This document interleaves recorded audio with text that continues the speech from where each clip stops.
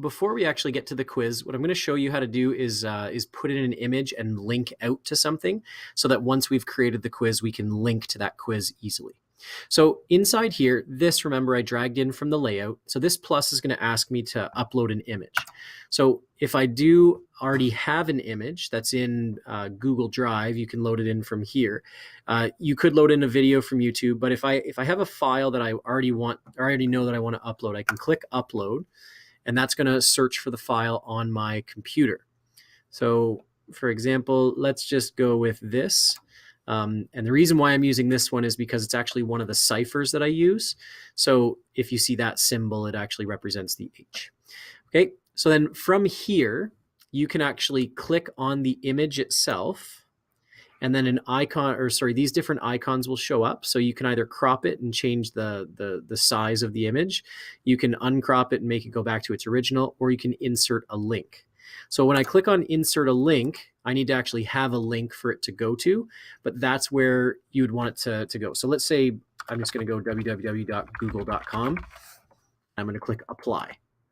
Okay, that means that when they click on this icon, sorry about that.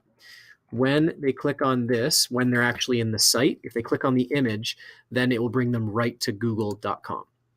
Okay, I can do the same thing with the text down here. So if I say go to this site, then I can highlight just the word site, or I can highlight the whole piece, and I can click insert link, and I can put in that link. So again, google.com, and click apply. Okay, now I can also, if I don't have an image already, I can go search for one. So this one's going to be a quiz. I want to make a quiz. So what I'm going to do first is I'm just going to Google quiz image.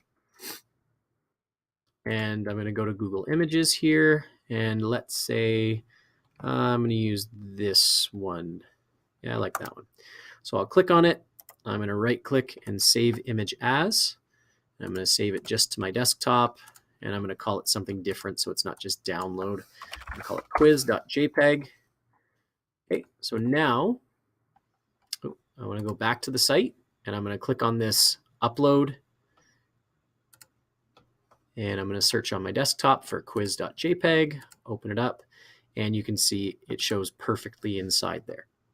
Okay, now once we have the actual quiz created, I would click on this and I would click on the link. So the next video we'll go through how to make the interactive quiz, and then I'll link the quiz afterwards, and then we'll show you what the site actually looks like when we publish it.